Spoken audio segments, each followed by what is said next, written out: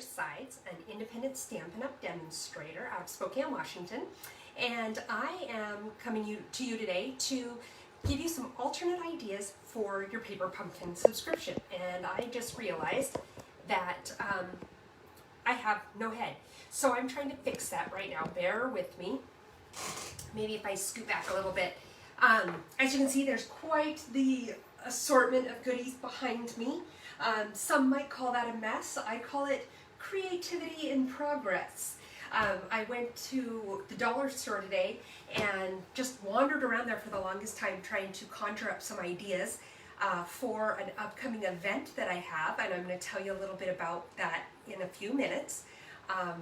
But I'm trying to plan some projects to do for a Christmas workshop. So I had a lot of fun at the dollar store today, and I was going to say probably spent way more than I should have, but it's the dollar store, so realistically that meant $20. So I guess it could have been a whole lot worse. Now let's go ahead and get us started. I'm just trying to make sure I can see us on screen because I want to be able to see everyone's comments. Oh, and I have my sound on, so let's get that turned off. Okay, so let's go ahead and get this camera turned around. We'll get started, and I am excited to show you what I've come up with this month for some alternate ideas for the Paper Pumpkin kit. I have seen some really adorable cards out there, some really pretty cards out there using this Paper Pumpkin kit. So if you have yours, there is so much that you can do with this kit. So I'm excited to show you just a few ideas. Let's go ahead and turn the camera around and get started.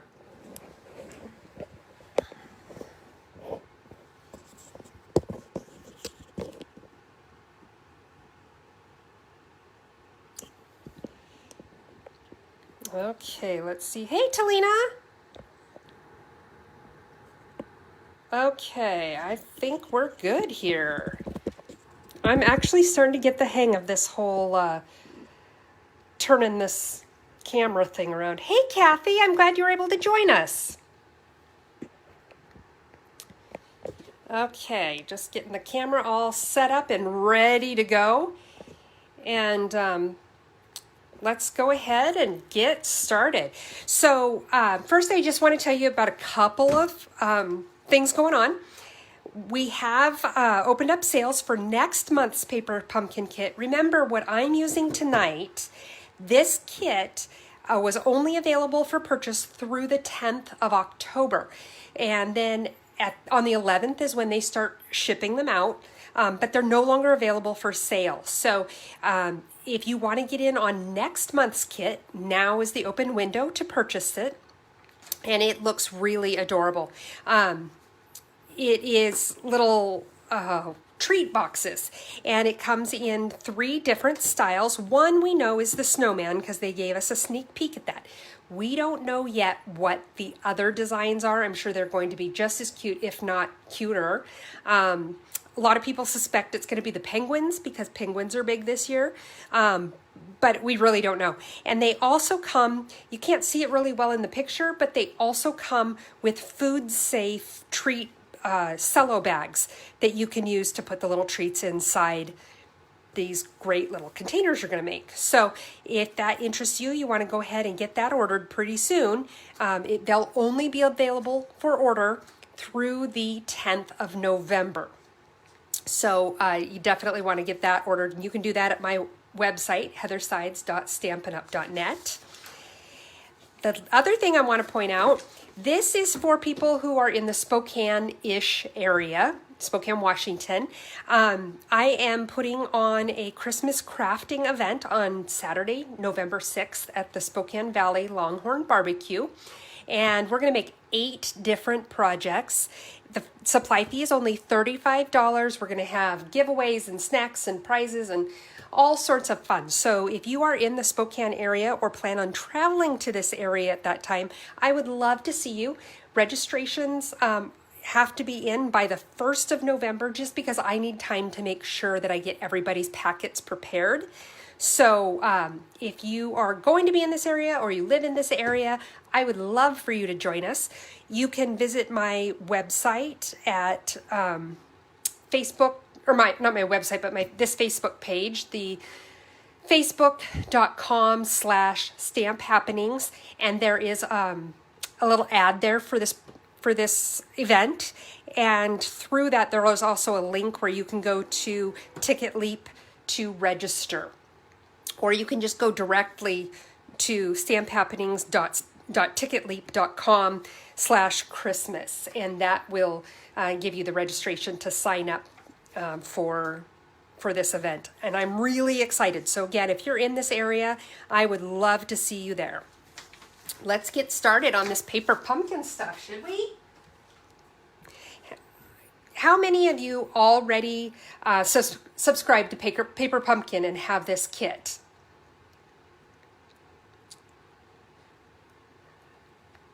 Hi, Phyllis. Welcome. Thanks for joining us tonight.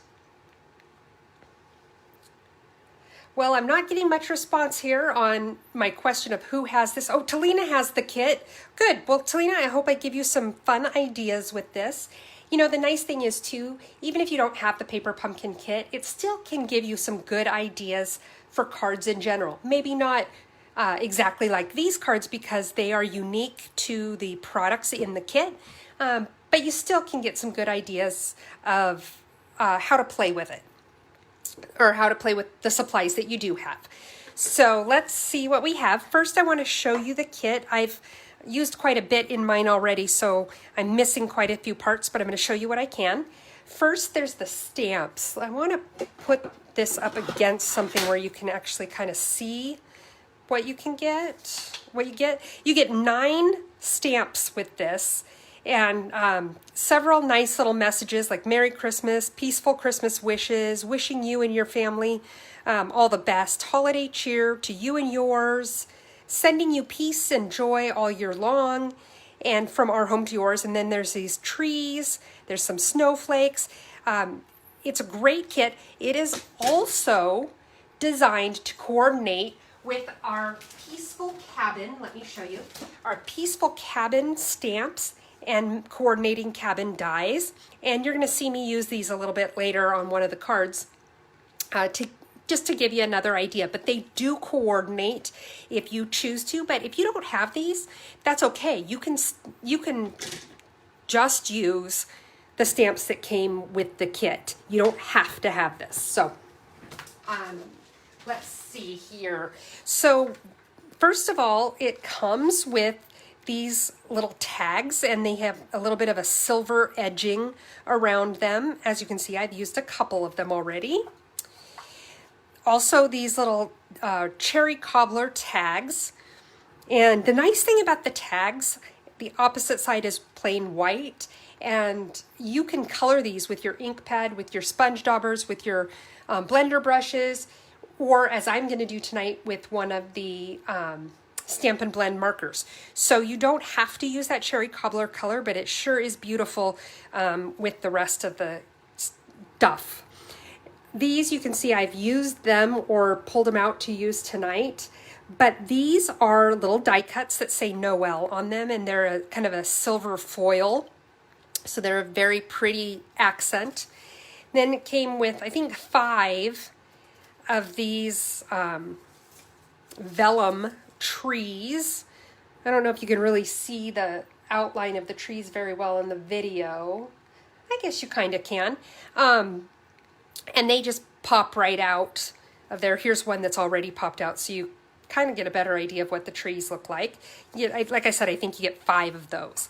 Then you get 3 or 4 sheets like this, where there is the green and black checked background. There's also the green and black checked background as a circle, and then this little gray, I'm trying to see if you can see it on camera, and I think you can. It's a kind of a wood grain. These are all just die cuts that pop right out. Like I said, you get 3 or 4 sheets of these. 1, 2, looks like 4. Yeah, it looks like 4 of these. Then you also get several of these. These are the cards, one of the card styles that comes, and you just fold it in half. It's already pre-scored and it makes your card. I was a little confused at first because it also makes it the back of your card. But as you can see tonight with what I'm going to do, you can also cut it apart and make some really pretty cards with it by itself.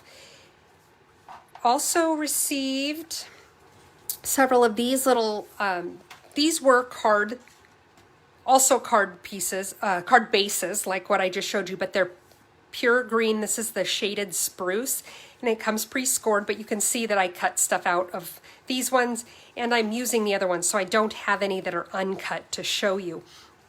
But as far as card bases go, you get the shaded spruce, and you get this really pretty Christmas tree one. And I don't know if you can see it on the camera, but all these little snowflakes that you see in here are actually silver. So in real life, that makes it even prettier because it's got a little bit of shimmer to it.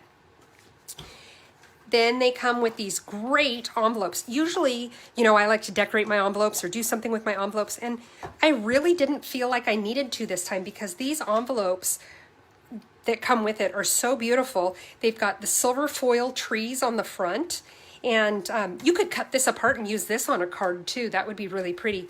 And then inside they have the gingham, the black and green check, and you can't really see this too well on the camera, but that checked pattern goes all the way to the bottom of the envelope, so you could cut this apart and have a bigger piece of this green and black check if you wanted to do something with it, and take apart your envelope. So there's those. Of course, you get your instruction sheet that shows you the cards that the kit is intended to make, which I'll show you a couple of those in a minute since I made them myself. I've got simple instructions, simple to follow instructions, a little thing that talks about some additional tools that you don't have to make your paper pumpkin kit, but they do allow you to do a few extra things. It gives you a couple of additional ideas of things you can do with your kit outside of the box, I guess you could say, and a picture of everything that came in the kit. Oh yeah, it also came with a little spool of red baker's twine. This month's color for the ink spot is shaded spruce. Got some mini glue dots, got some dimensionals, and got some really pretty little gems, real sparkly gems that I'm going to show you in a little bit that I used. So that's what comes in this month's kit, and I really like it. I wasn't entirely sure if I was going to be a huge fan, just because I'm not an outdoorsy person. I'm not a wintry person. I'm not a fan of snow. I like to be warm. So I kind of wondered, is this a kit I'm going to be able to get into? And I really have. It just allows for so much creativity. I'm really excited to share it with you. So let's go ahead and get started on doing that. We'll move this aside. Okay, so the first thing first I want to show you, these are the two cards that Stampin' Up! Designed to go with the kit. And you can see these are the little gems I was talking about. You can't see them too well here, but they are super ultra sparkly. Like, I would love to see Stampin' Up! come out with a pack of these that we can just buy them because they're gorgeous. And you can see it uses one of the circles, the die cut circles, and the banner and the tag, and a very simple card to put together. The other card that was designed by Stampin' Up! Uses that big rectangle of the green and black check. Uses the die cut, the vellum die cut I was showing you, some of those other background pieces, that beautiful little Noel, and of course the little sparkly guys. And if you can see it, it looks like there's little shade, like a little shadow of trees in the background that utilized the Christmas or the tree stamp that was in the set. So easy ideas. But you can do as much or as little as you want with your paper pumpkin kit. You could make just these cards and several of them, or you can think outside the box and do some other stuff, whether it's the ideas I show you, some of the ideas that are out there on Pinterest, or your own creative ideas that come to you. So let's go ahead and get started. First thing we're going to make is a little pillow box. I love this little pillow box. This is a die. Let me show you. This is the Pretty Pillow Box die set, and this is one that I use a lot for a lot of different things. I like the labels, but I'm really having fun with the pillow box. You just use your trimmer, or I'm sorry, your cut and emboss, and you, hey Robin, nice to see you. Thanks for joining us. Oh, Kathy says she has the kit too. Good. I hope this gives you some good ideas. So anyway, I'm finding myself using this a lot. It definitely is something that if you don't have this die set yet, I really recommend it. It's a great set. So what I did is I actually took the card base piece, and you know it's scored right in the middle, right? To fold it like a card. What I did is let me show you here. I just lined it up. You can see where it puts a score when you're cutting out the pillow box. If you're doing it on regular cardstock, you need a score line there to fold it.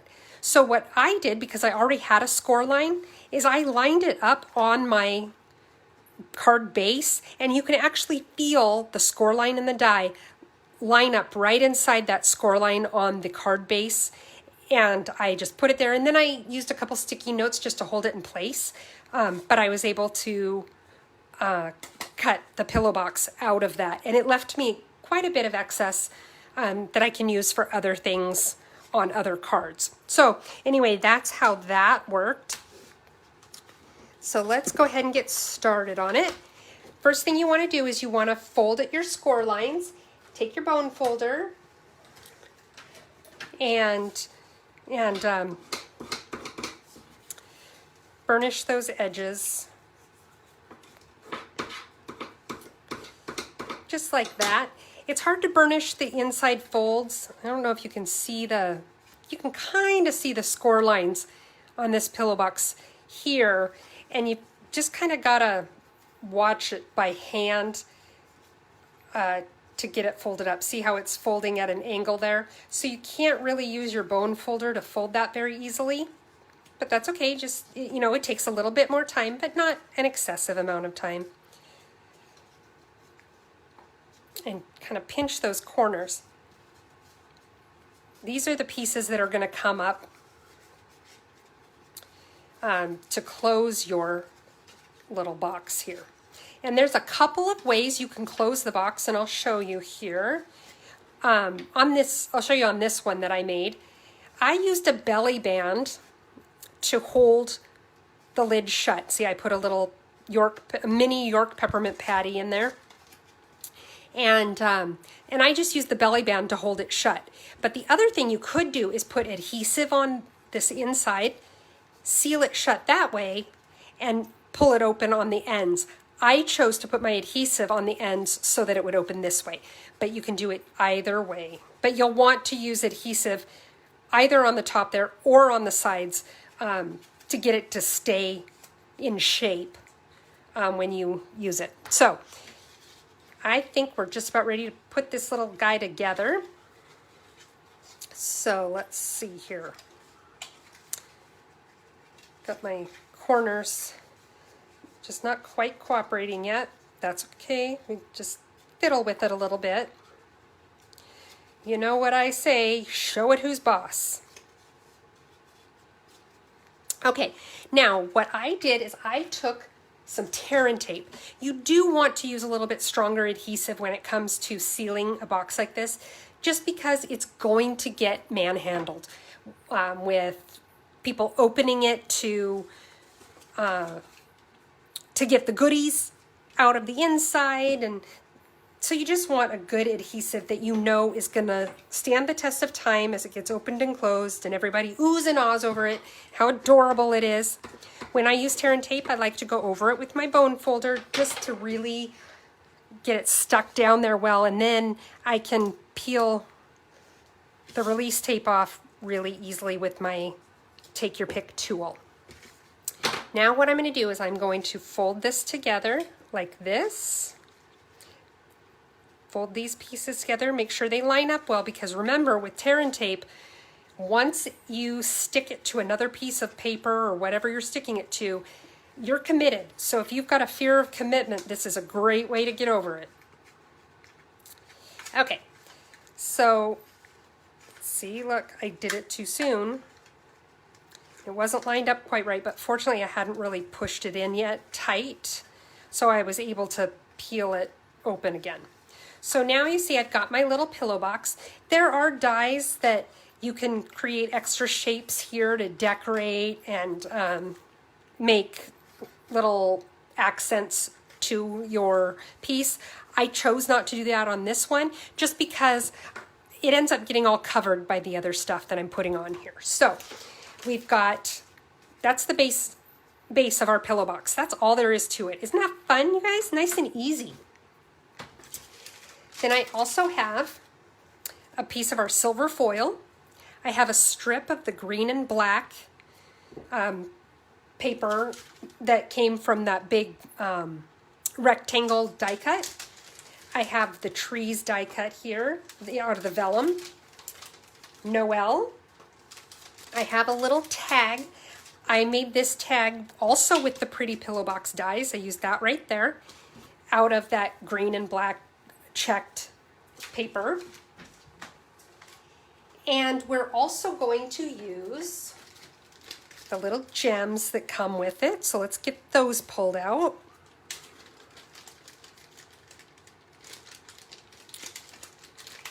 There we go. Let's see if you can see them up close better here where you can really see how sparkly they are. Oh yeah, I guess on the camera you can kind of see how sparkly they are. Aren't they pretty though? So I love these, and if you're a demonstrator, we need to sandbox this and tell them that we want to see this come out as a regular product. Okay, so now to make our belly band. One thing I want to tell you that I have learned about whether it's a belly band or a band that you're going around a jar. Hi, Lori. Thanks for joining us. Welcome. I found it works better if you prepare the two pieces separately. If you have one going over another like we're going to have, it just doesn't, I could glue this down like this right now and then try to wrap it around, and it just doesn't lay right. I don't know why that is. I'm sure mathematically there's some really deep, wonderful explanation that I could not care less about. All I know is that you're better off if you create your belly band for this, then work on a belly band for this piece, and then add it to the already created belly band on the silver. It just goes a lot smoother for you. Let's go ahead and make the tag part first. Again, this is just the tag that I cut out with my Pretty Pillow Box dies. Then I punch out these trees here. They come out pretty easily, but be careful because the vellum will tear. And also, if you do it gently and it just comes right out easily, you can use the leftover piece, the negative space, on a card as well. You could use that. And we're going to do that tonight. So I'm going to set that aside for later. Now, as you can see, the trees are a little big for my tag. So what I did is I thought, okay, 3 is about perfect. So I'm just going to cut these apart like so. And now I have another little die with 2 trees that I could use on another card. Set that there. Okay, so one thing you want to be aware of with your, oh, you know what? I need a tag.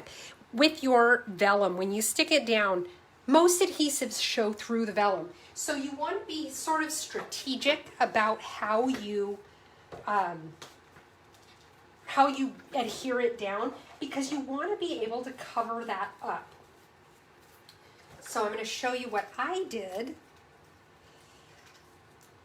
so that I felt like I could get good adherence, but still not really show.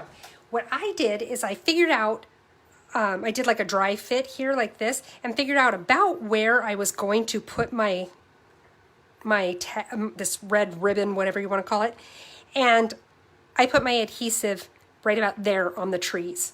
So I used glue dots. Glue dots work really well for vellum because it's small and you could put a gem or something over it on the other side so it doesn't even show, and that's what we're going to do tonight.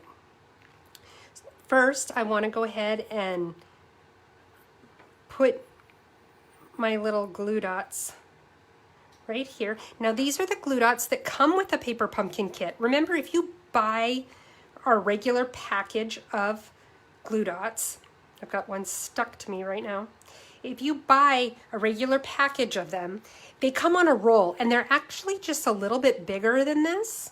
So what I typically do is I make sure to keep any extras I have of these because I like the fact that they're smaller, because sometimes I like to glue down something a little bit smaller, and the glue dots of this size work really well for that. So just a little tip. Now I'm going to take these backs off, maybe. That is one tricky thing about these. The glue dots that come on the roll do not have a backing that has to be peeled off. But I just use my take your pick tool and usually they come right off, but tonight they're going to be difficult. That's okay, we know who's boss. Okay, now I'm going to stick my trees on here, kind of try to center it.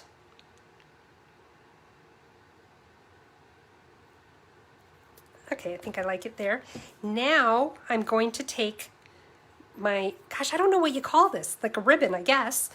What I like to do though with my ribbons like this is I take my bone folder and I just go over it slightly like this, like I'm curling ribbon, and it just gives my ribbon a little bit of dimension because you can see it stands up. Now it's going to flatten out a little over time, but it still will stick up a little, and I like that look. So now I'm using my seal. This is my favorite adhesive. It's what I use most of the time. I'm just going to put it right over those glue dots. I want to make sure I've got this centered.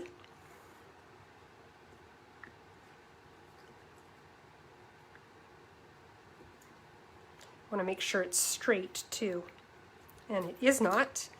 So glue dots can also be a little unforgiving sometimes, so make sure you've got it laying the way you want it before you really push it down. If you just lay it down lightly, it will have some give and you can pull it back up and adjust it if need be.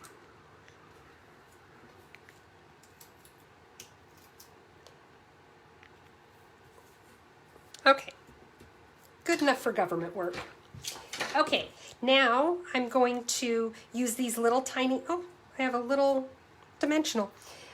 Use these little tiny glue dots, and I'm just going to put them in certain parts on my word Noel because parts of it are going to be too small for them, first of all, but also glue dots are very adhesive. They're really nice to work with, and therefore you don't need the entire piece to have dimensionals, but I do go all the way across just so that it's kind of evenly covered. I'm going to pull off those backs.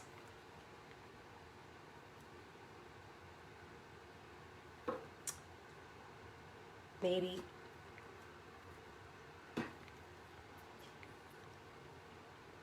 You do want to be sort of gentle with it because these letters are pretty fine. They are made of a lighter cardstock, so they are a little more durable than like the vellum is, obviously. Okay, get rid of those. Now I'm going to stick this on my tag. Again, doing my best to keep it centered. And there we have that part. So now what I'm going to do, whenever I'm making something that wraps around, again, whether it's a jar or the pillow box or whatever, I do the same thing I did with that red ribbon, and I just kind of go like this, like I'm curling ribbon. What it does is it breaks down the fibers. Ooh, I'm doing it a little too hard. But it breaks down the fibers of the paper a little bit so that it bends really nicely. I'm going to do the silver one first. Oops, stop that. And I'm just going to wrap this around. And to be honest, I didn't check what the measurement on this was because it was just a scrap I had on hand. But let me measure it really quick just so I can tell you what a good measurement seems to be for it. It looks like it's about 6 inches. And that wraps all the way around, but it also gives you a little bit of extra so that it isn't a tight fit. Now, when you do a belly band, you want it to be snug because you don't want it to just slide off, fall off, but you don't want it so tight that it's hard to take off or put back on. So I like to kind of test it first because the next step is going to be to take some tearing tape, and adhere it. So I'm going to put a piece of tearing tape on this side, right here, and then I'm going to take another little piece and put it on the underside of the opposite end. See, so I have one there and one there. I'm going to tear my release tape off after I make sure this is on there tight. The tearing tape is on there tight. I think I keep going off camera and I'm really sorry about that, you guys.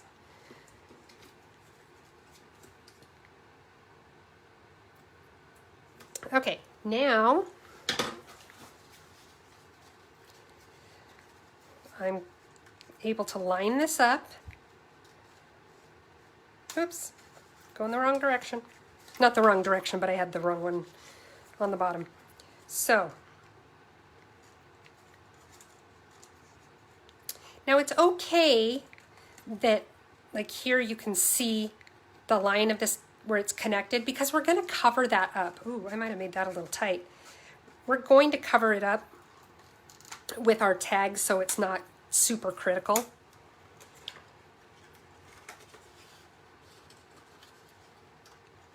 Okay, let's see here. Okay. Oops. I'm going to put my little York peppermint patty in there because then as I'm working on it, it kind of helps it keep its shape a little bit. And these peppermint patties, by the way, I found these at the Dollar Tree. I don't know how many came in a pack, not a ton, but they are the perfect size for this. They're bigger than the minis that you can buy, plus they're individually wrapped. So, okay, so that seems to work well. Now we're going to glue the green piece over it. And the green one, because I was limited in how long I could get it, because I just took a strip of that leftover paper, you can see it just barely reaches. And that's okay because we're going to cover that part up, so it really doesn't matter. This time I'm going to put my tearing tape on the underside of both ends.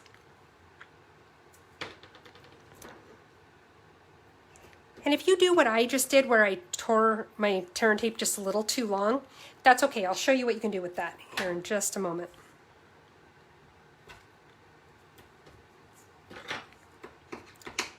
For the longest time, I was afraid to just tear it like that because I was like, oh, what if it's too long? Or if I use scissors, I can cut it right where it needs to be.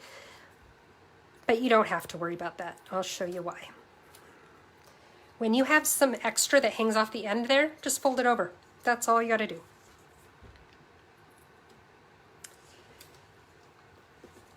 Now, like magic, we're going to have these pieces meet pretty much in the middle.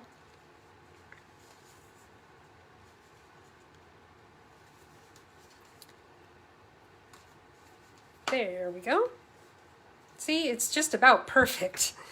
And now we're going to stick this on to our band. Now remember, the band is only this wide, and if you put too much adhesive on the back of this, it's now going to stick to the rest of your pillow box and you won't be able to slide it off. So what I recommend is taking tear and tape again, and I put it on the band itself. In fact, I'm going to take the band off to do this, and I just wanted a little extra adhesive here, so I actually put 3 little pieces on, just like this. So it gave me a little more room with the adhesive so it doesn't fall off too easily. But again, tear and tape is so strong, it's such a good adhesive. 1 may have been enough.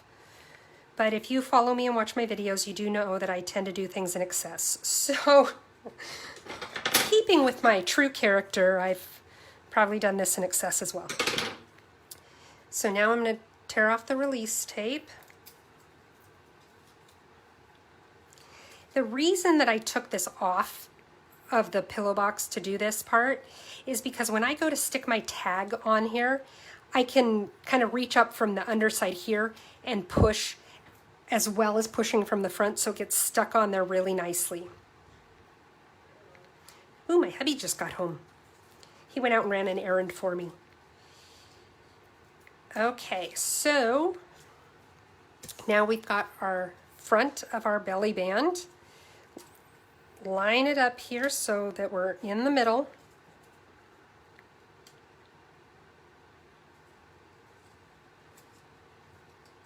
And you know what this still needs that I forgot to put on here is our little gems. So let's put a few of these sparkly pretties on here. I like my sparklies.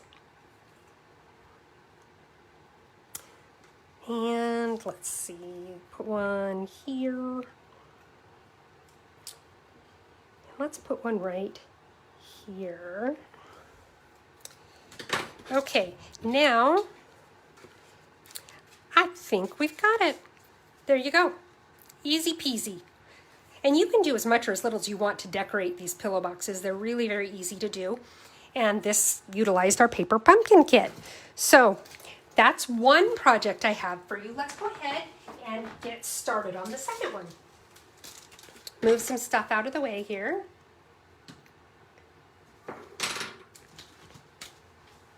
Okay, so this card, I'm going to use a whitewash technique that I'm going to show you guys. It's kind of fun. And this utilizes the stamp set that I told you, the Peaceful Cabin stamp set that coordinates with this. So of course I had to make one card that used that. So let's go ahead and get started on that one. I've got a half of a sheet of the basic gray cardstock. It's 5.5 inches by 8.5 inches, folded in half at 4 1/4. Then I also have, this looks like a lot of pieces, but it comes together pretty easily. Okay, so that's my card base that we just folded. Then I have a piece of the shaded spruce that I used one of the card bases that came in my kit, but you can also use just a regular sheet of shaded spruce cardstock. I have another one of the card bases that came in the kit that I cut down. This piece I cut down to 4 by 5 1/4. This piece is 1/8 of an inch smaller each way. So this one is 3 7/8 by 5 1/8. And it's going to go on there like that. Then we're going to use this to stamp our little cabin in the woods. We've got a few of the die cut pieces that come with the kit. Rather than using the little tags that came with the kit, I just punched one of these out I used the Tasteful Labels dies, and I just used this little guy right here. This is a great die set too, by the way, just because you get a really good variety of shapes for tags. And then I'm going to use this stamp right here to stamp the little cabin. And I'm going to use this die, peel it off here, this die right here to trim out the top of my little cabin so I can put it on there with those trees in the background. So let's go ahead and get started. The first thing I'm going to do is I am going to do the cabin because it does get a little wet, and that'll give my that piece of paper a little bit of time to dry before we actually need it, and that'll make more sense here as we get going. I also, by the way, have a piece of our silver, or what do they call it? Silver, not twine. It's a cord, but they don't call it silver cord either. It'll come to me. But when you buy this, you get a pack of silver and a pack of gold. Oh, thank you, Kathy. I love that you liked that last pillow box that I made. Okay, so first we're going to take the basic gray ink and we're going to stamp on our basic gray cardstock. And I did this because I didn't want to use black because I was afraid, you know, this is so muted and soft and pretty. I was afraid that if I used the black, it would be too stark. So I have my stamp. Now with bigger stamps like this, it's often easier to take the ink to the pad, like I'm doing here, just because you can kind of control it better and you can see if there's areas that you missed. And I'm just going to stamp this right there like that. Ta-da! And clean off my stamp with my Stampin' Chamois. Trim, thank you, Talina. It's silver trim. I knew it started with a T and I just could not come up with it. It's funny, that's one of the things I find about doing these lives. There's so many things I know what they're called, but when I'm trying to tell you about them, my words go out the window.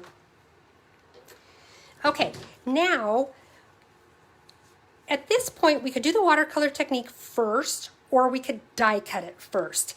And I think I'm going to die cut it first, just because then I'm not dealing with wet paper, or damp paper, I should say, as we're going along. So I normally try to get my die cutting out of the way before we do the lives, but I kind of wanted to show you how this particular one works, but I also needed to do the steps in order so that you could see how to do this really cool technique.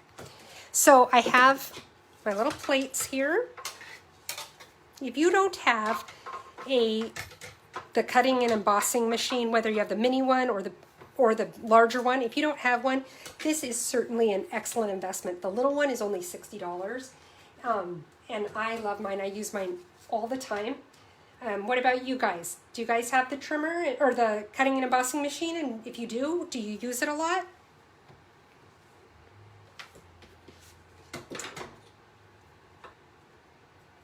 Okay, I'm going to get this lined up while I'm waiting to hear about your trimmers. Gosh, why do I keep calling it a trimmer? It's the cutting and embossing machine. I'm going to hold this in place with just little sticky notes. And you line it up just like so. Looks like it's lined up pretty well.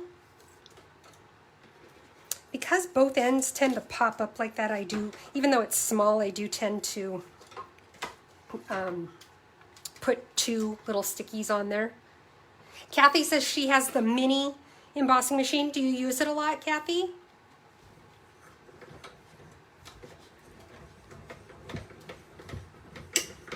The mini, by the way, cuts most everything that we have. There's still several dies that are bigger and you need the big one for, but the mini really, it's so good. It uses so much, I mean, it works with so many of our dies. And then this guy just gets folded back up and set off to the side. Another nice thing about the mini is you can just set it off to the side of your desk and not worry about it being in the way. Okay, now it looks like I cut that a little close this time around, but we'll be okay. put my dies back. It's always really important to put your dies away right away because it's so easy to lose them, especially if they're little. I know people who have little magnetic bowls that they just toss their dies in there until they're ready to put them away. I would forget what sets they go with or any of that good stuff, so I try to put mine away right away. But again, that's just me. Okay, now, get all my pieces here. Let me show you this amazing whitewash technique. For this, what you do is what you need is your Whisper White craft ink. It used to be that our stamp pads were a little flimsier, or maybe I was just musclier, and you could squeeze the pad and get ink onto your lid. I have a tough time doing that, so what I do instead is I just take a block that has no stamp on it. My ink pad is a little over inked. When you get the white craft pad, you get an empty pad and a refill so that you can ink it up yourself. And I really wasn't sure how much ink to use, so well, we've talked about me tending to do things in excess. Okay, so I just put ink on my block there. It'll wash right off when I'm done, so that's not a big deal. And then I took one of my watercolor, what do they call this? It is hard to cut into the new plates, isn't it, Kathy? Okay, so these are our water blending brushes, water something or other. And what I did is I keep unscrewing the lid first of all, and that's not good. But one thing you want to know, if you're having trouble, if you're squeezing it and trying to get some water out to the tip and it's just not working really well, you may have this sealed too tightly. It's like it creates a vacuum if you do that. So you do want it to be, snugly screwed on, but not so tight that it prevents you from being able to get water out onto your brush. And if you've never used these before, oh, Marilyn, it's good to see you. Thanks for joining us. These open the opposite way, you know, the whole lefty-loosey, righty-tighty. Well, these are righty-wrongy because to loosen it, you turn it to the right. So you may first get yours and find yourself turning and turning, or, you know, it's stuck, it's not coming off. It's because it's going the wrong direction. And you just put some water, like tap water in there, and then, see, I tried to screw it on the wrong direction. You go left to screw it on. Okay, now I need to sit down for this because I need to be closer to my paper because my eyes are old. Okay, now I'm going to get you don't want this to be sopping wet. Last night I did this and I had it too wet and it just kind of made a big mess. So get it just slightly wet. And then get some of that excess off on your little pad. And now we're just going to kind of go over this area that would be snow. And you can see, especially in these areas where, you know, it's just a big open area, you can go fast. The other thing is that you'll find as this dries, it soaks into the paper a little bit better, and the dark lines that you've gone over actually start to show through. Not with the same distinct look as it was without any of the white on it, but you haven't completely lost them is what I'm saying.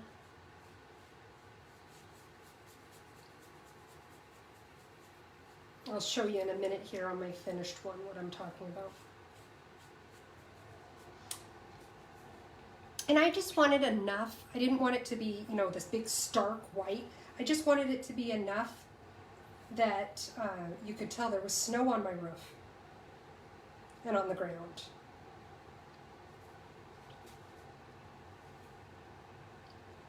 And this technique is called whitewashing. And depending on what you're doing, you can get your brush wetter and have a little more of a watercolor look with if you're using colors. This does a great chalkboard look on black.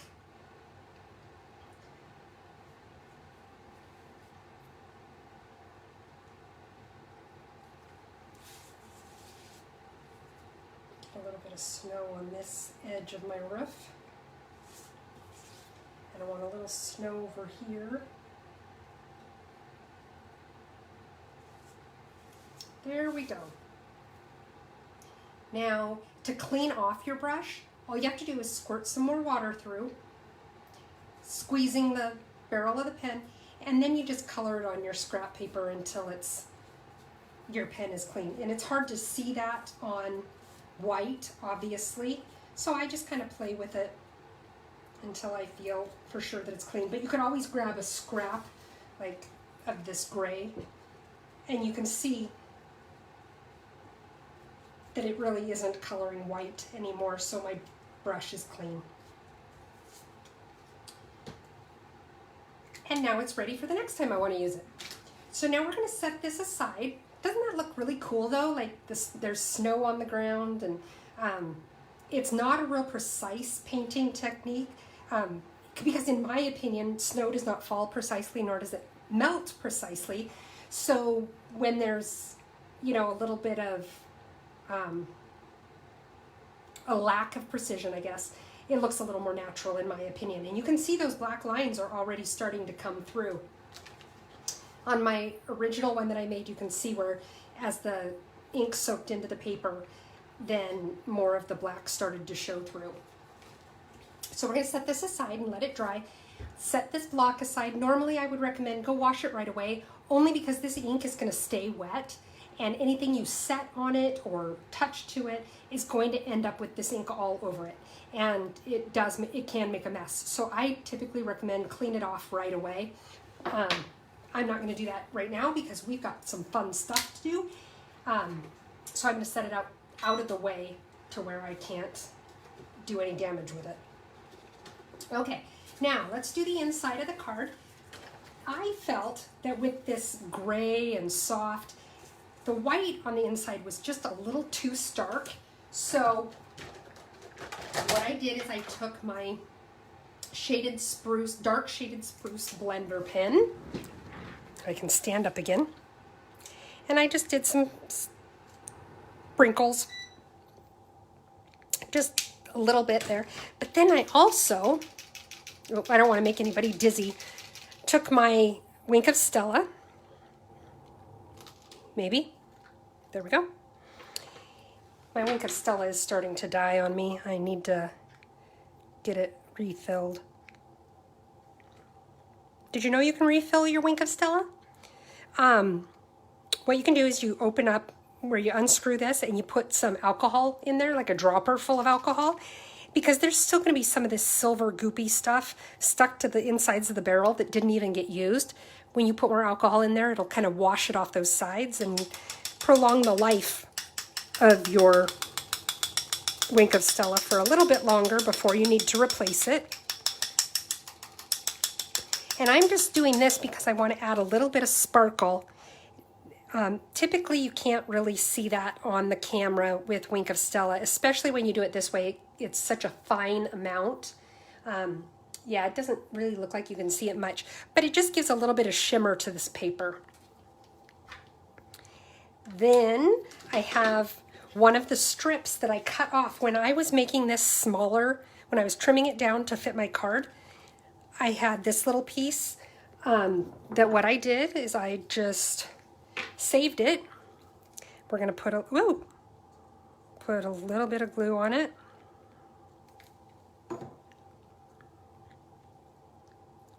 And I'm going to stick it down right there. And I should have used my silicone mat here so that I don't get glue on my work surface. You should have seen my hands last night, you guys. There was green everywhere. I don't know what it is about that shaded spruce ink pad. I don't know if mine is just super juicy or what the deal is, but I had of course, the white on my fingers. You can see a little bit tonight. But I had the white and I had a ton of green. And I looked like I had definitely been having some fun in my stamping. Okay, now we're going to trim off these little edges. Oops, there's a little bit more here.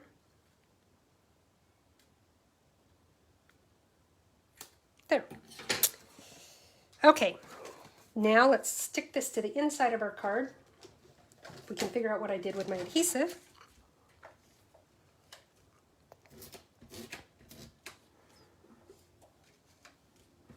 Now, one thing I should have done, and I still may do, is either change the paper on your, if you use a stamping mat like this, change the paper after you do that whitewash, because you've got the white ink on it.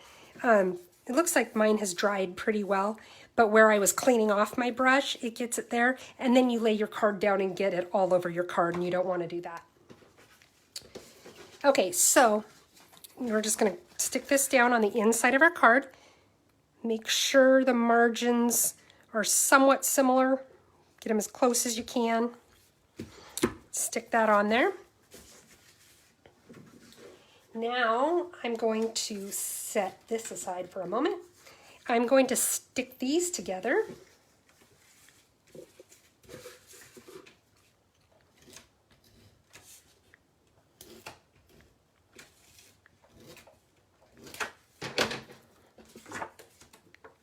In fact, I think I'm going to go ahead and stick this to the front of my card now.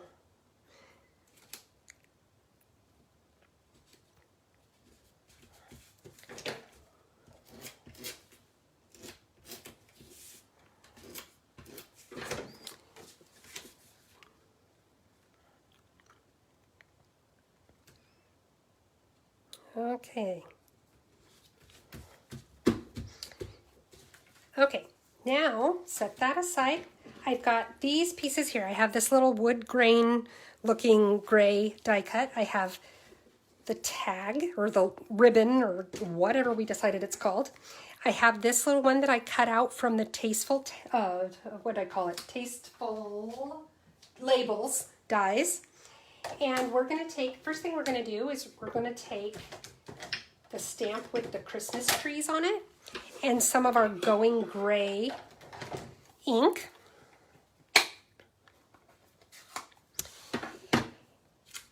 And I'm going to just ink up, you don't even have to ink up the whole stamp because you don't have that much space. And I'm going to stamp off, but I'm going to stamp off twice before I put it on here. And the reason for that is because I just wanted it to be sort of muted in the background. I didn't want a big, bold image of the trees. So I just did it lightly because you can see, even that, though that's the third time I stamped without re-inking, it still shows up really, really well. Now, not every color shows up that well the third time around, so when you do something like that, you do want to practice it on your scratch paper first, just to make sure how many times you need to do it. Then I'm going to take my shaded spruce, and I'm going to stamp Merry Christmas. Practice there. Okay. And I'm stamping it just right in the middle. Ta-da! Okay, clean this one off.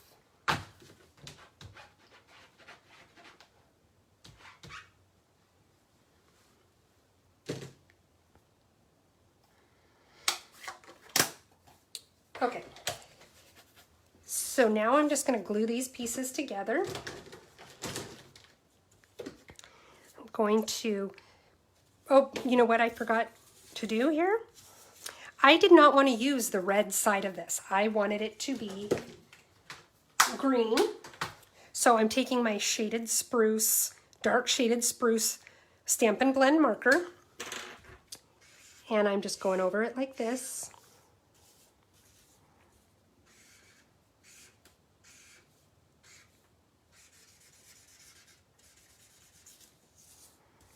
The nice thing about these markers is if you go over it quickly like this, you really don't have too much of a problem with streaky lines. that you would with regular markers, and that's just because it dries so fast. Now, ideally, I would have done this also at the beginning just to give it a little bit of time to dry, but it'll still be fine. Okay, now I'm going to put my adhesive on there. Okay, we can take that big long hair off, unless you want hair on your cards. And if you do, who am I to judge?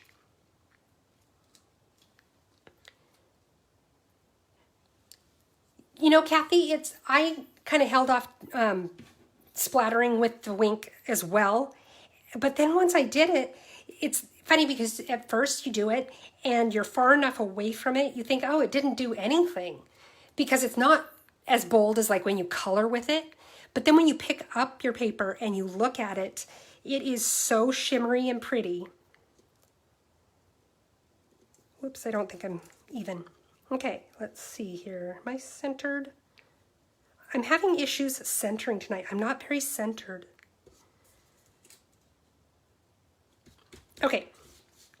You can see where I got a little bit of excessive right here in the middle. Not a big deal because again, we're going to cover that up, so it really doesn't matter. Now, before I stick that on, what I want to do is I'm going to put a good amount of adhesive on the back, and I'm going to show you why. I'm going to take this trim. I had to look up at my previous messages to remember what Talina told me it was called. And I'm just going to kind of make some circles here. And by putting the adhesive on the back of this, the trim sticks to it and stays in place as I would want it to. Now you want to also be kind of looking at the front to make sure it looks like you want it to look. And I think that looks fine. I've got a little bit of extra here, so I'll trim that off.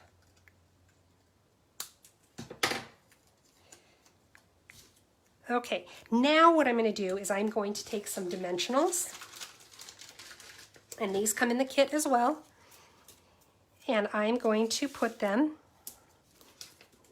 right here on my tag, and that was not the best thing I could have done, and the reason for that is because, oh, I don't want them on the tag, do I? No, I didn't want them on the tag. I'm going to put them on that gray part once we're ready. I do want to put a little bit more adhesive just on the end here. And if your ribbon isn't laying, or your twine trim isn't laying quite flat enough, then go ahead and bring in your tear and tape. Oh, there it is. And I just take a piece of it and I stick it over the top of it, but I don't pull the release tape or the release paper off. And it just serves as a piece of tape that holds everything in place there once I have it down. That way I don't have to worry about it coming undone down the road. Now, I've got quite a bit of adhesive on there, I think. If it doesn't feel like it's sticking super well once you stick it to the tag, you can always add some tear and tape that'll hold it in place too. Because sometimes that ribbon, the twine or the trim, gets a little funky and makes it harder for it to stick. So play with it if you need to. So there's our tag. Now we're going to use the dimensionals. Okay. And I'm going to take those backings off with my Take Your Pick tool.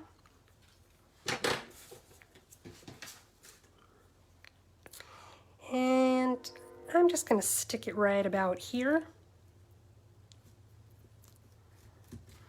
Now I'm going to take my little cabin, and this is pretty much dry at this point.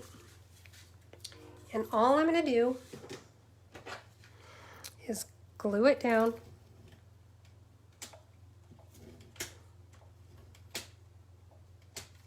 I probably used way more adhesive than I needed to there, but that's all right. Oh, and you know what I meant to do is I meant to trim this before, but that's okay. I meant to trim it down so that it was flush with this background, but instead it's going to be flush with the green. But there we have it. What do you guys think? That is the whitewash technique.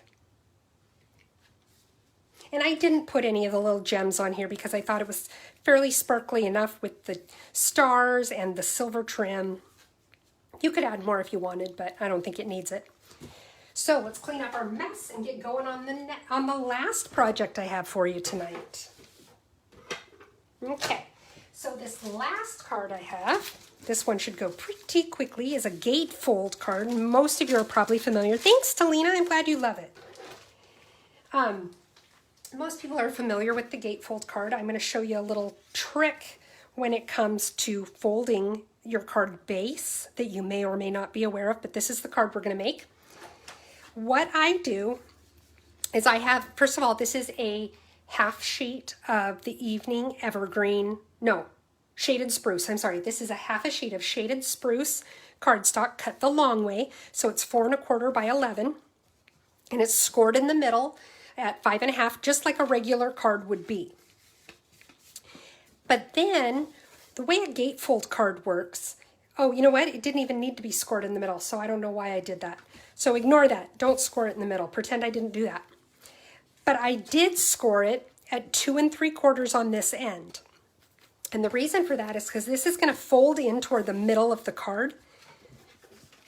Let me pull my sample out again. And you want both sides to fold in. The reason I don't score both sides is because sometimes the measurements are slightly off and then they don't lay flat or they just don't lay quite right. So I score one to get it where I need it. And then I fold the other side by hand. Then I take my bone folder on both of them. It's going to need it a little bit more on the one you folded by hand than it is going to need it on the one that you scored. See, again, ignore that fold in the back. Don't do that. Okay, now what we're going to do is we're going to decorate the inside of our card. This one, all I did to decorate the inside, first I should show you, oh, there it is. Those the little rectangle pieces like this, what I did is they are 4 by 5 1/2. That's their measurement, 4 by 5 1/2. So I took one and I cut off an inch from the end. See, it was like this, and I cut off 1 inch, and then I cut that inch in half. So I have 2 1/2-inch strips here, and then I have the square that we're going to use on the front. So let's glue these guys down.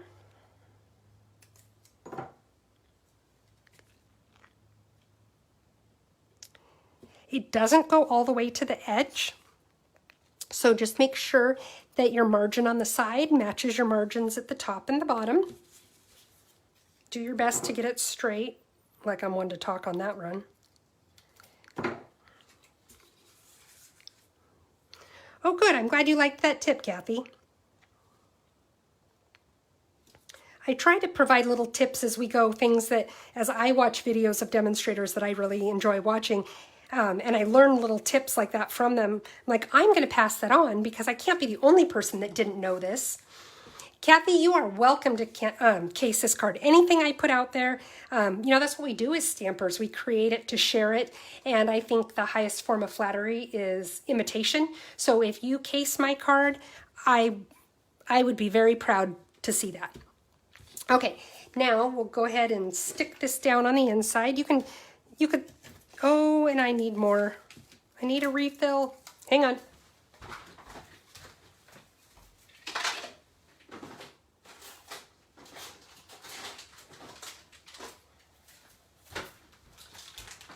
I was afraid that was going to happen tonight. Fortunately, if you need to refill your seal, it's pretty quick and easy.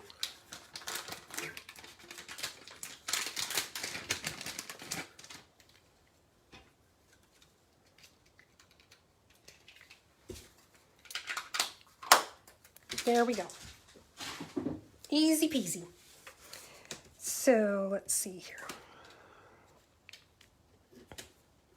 I love the feel of the seal when you open a brand new one because it just rolls so smoothly. And I'm easily impressed with things. Okay, so now we're going to stick this. This is the inside of the card. And see, it goes right over that fold anyway that we don't want. There, just like that. And that's a gate fold where it folds and meets in the middle like that. Now we're going to create the piece that's going to go on the front of our card. I have a piece of cherry cobbler, which is just slightly bigger than this. This is 4.5 by 3 and... No, it's 4.5 by 4, I think.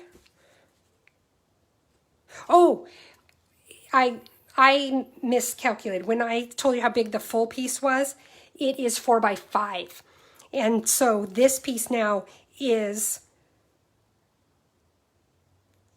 4 by 4. No, nope, I'm lying. Okay, now I have to figure out what the measurement really is because now it's going to bug me. It is 3 3/4 by 4. There we go, 3 3/4 by 4. And then the cherry cobbler piece is just 1/8 of an inch bigger. So it is 3 7/8 by 4 1/8. So let's go ahead and stick it on there.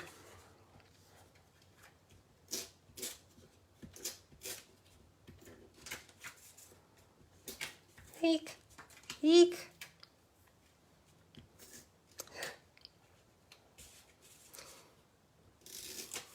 I did figure out last week when it kept tearing my paper.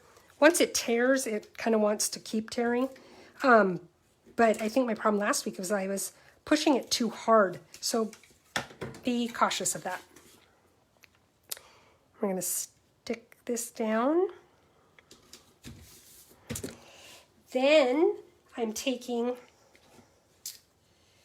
where did it go? Oh, remember on the first card, we took the trees out of this and I said, save that piece that they came out of because we're going to use it later. It fits perfectly right on there. So we're going to stick it down.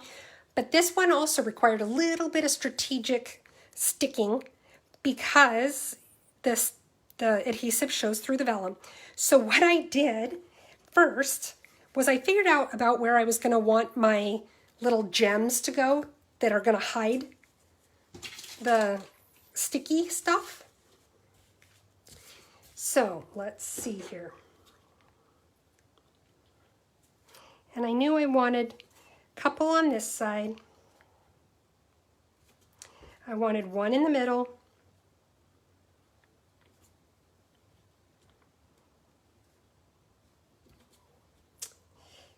Remember that I likes odd numbers. So thinking in terms of the gems that are going to be on the front, which we don't need to take those backings off yet, but the gems that are going to be on the front, you can see where they're going to be because we're going to cover that up. So like I said, the I likes odd numbers, so I did 5. I'm going to go ahead, I'm going to hold off on putting the gems on. We can do that last.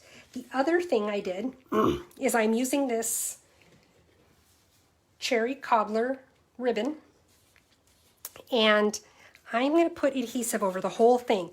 Now it's going to rest over these trees, but that's okay because then where I've got openings, it'll help to adhere down this vellum piece. So let's see here. Oops.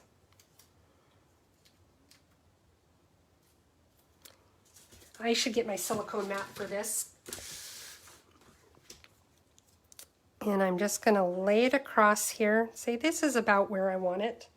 Is it centered? Yeah, pretty much. And even straight, I think. Woohoo! Yay me! Then the other thing I did is I went back over this now and put more adhesive here so that I got adhesive where the vellum is, just so that it sticks really nicely when I lay it down on my green plaid piece. Now I'm going to take off these backings.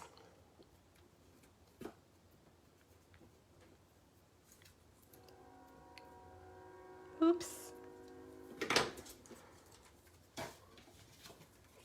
I'm going to stick it on here, watch for your margins. This is, once it lays down, it's going to want to stay put. So just kind of check, make sure where you're setting it down. And see, we can still see where that adhesive is. So we know where we want to put our little dots. We've got Noel. We're going to do the same thing we did with the Noel on the pillow box. I'm putting them in the same spots, as a matter of fact. It's right about the middle of the word. And each letter gets one, except for the N that gets two.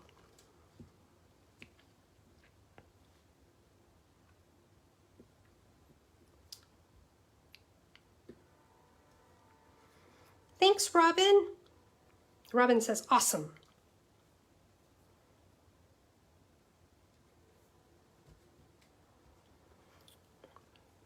So while I'm doing this, I'll tell you guys my exciting news. It has nothing to do with stamping, but I'm still really excited. Want to hear?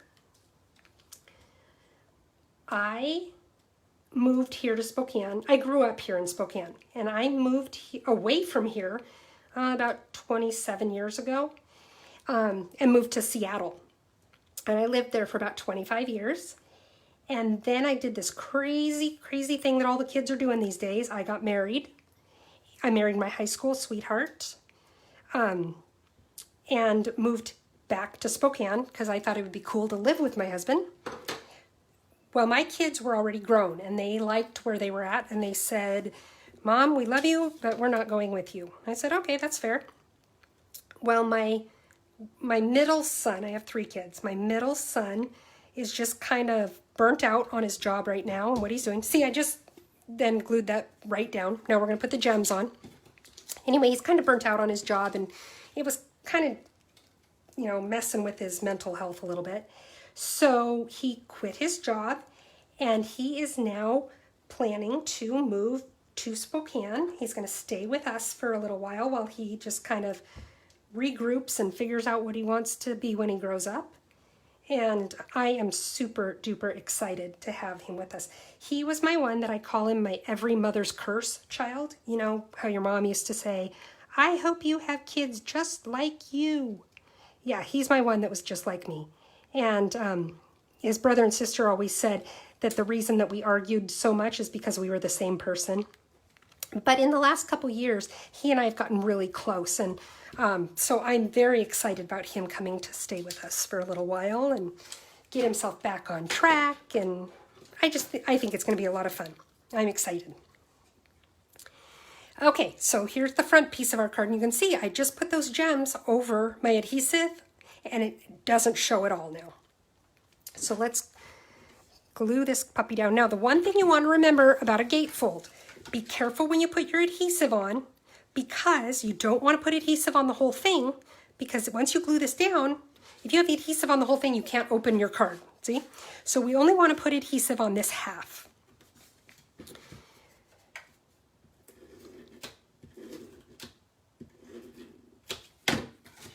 So line her up like this. Oh, you know what we forgot to do, you guys? Oh, silly me. I forgot to stamp the background here. Taking the shaded spruce ink that I keep wanting to call Evening Evergreen, and stamping the trees in the background.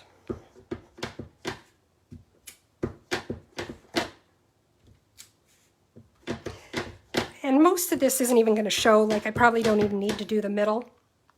But the main reason I am doing the middle is because that front piece isn't going to be stuck down on both sides. So at some point when you open the card, you're still going to see the other flap, and I want it to look right.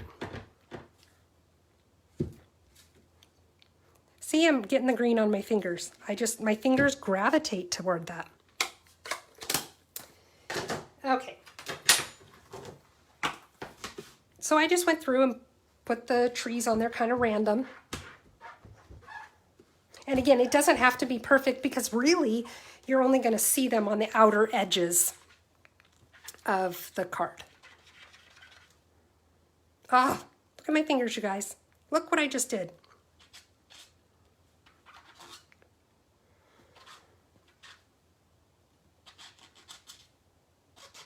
Okay. And I'll probably do this around Valentine's Day too, where I use a lot of red. I'll end up wearing a lot of red ink. Okay, now stick this down on our card, center it.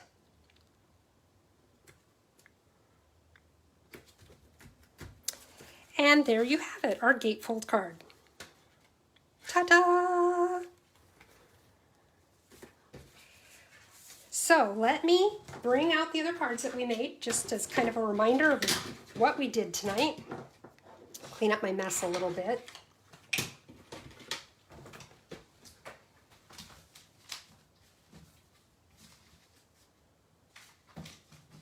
Okay. There were these original cards that are the ones that Stampin' Up! Designed for us. Then we made this one with the whitewash technique. I want to make it so you can still see it. We have this one that we just made with the gatefold and the outer edge of our die cut. And then we have our little pillow box that is right here, that has a little goodie inside. Now, another thing you need to know about these pillow boxes is another great use for them. They are the perfect size for jewelry. So I keep telling my husband, these are the perfect, Christmas is coming up and these are the perfect size for jewelry. Let me know how many of them you need. And he keeps saying, or chocolate, and I keep saying, or jewelry. So I'm probably going to get a lot of chocolate for Christmas, but I'm trying. Anyway, those are our projects tonight, you guys. Delina, I love that you like the gatefold. I like fun folds, just something a little bit different. And when they're quick and easy, that's really nice. So that's what I have for you guys. If you are wanting to sign up for next month's Paper Pumpkin, you can do it at my website, heathersides.stampinup.net. If you want to order any of the supplies that I used tonight that were not in this Paper Pumpkin kit, you can do so at the website, at my website as well. If you place an order under $150, I ask that you please use this host code. This is how I am able to restock on my supplies to do these live videos as well as giveaways at events and such. If your order's over $150, please do not use the host code because you will receive some rewards from Stampin' Up! And I want to make sure that you get them. So that's all I've got for you guys tonight. I hope that you enjoyed what you saw. If you did, please like this video, share the video. It will be up for replay if you want to rewatch it. I also load it up to YouTube.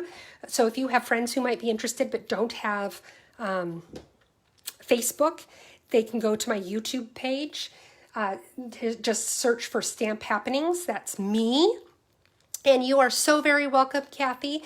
I come on live at 6 o'clock every Wednesday night with 3 ideas for you. And I'm excited for what I have coming up this week as well. And once a month, I'm going to be coming on a Saturday to do these Paper Pumpkin videos. So have a great night, you guys. And I hope to see you on Wednesday. Bye.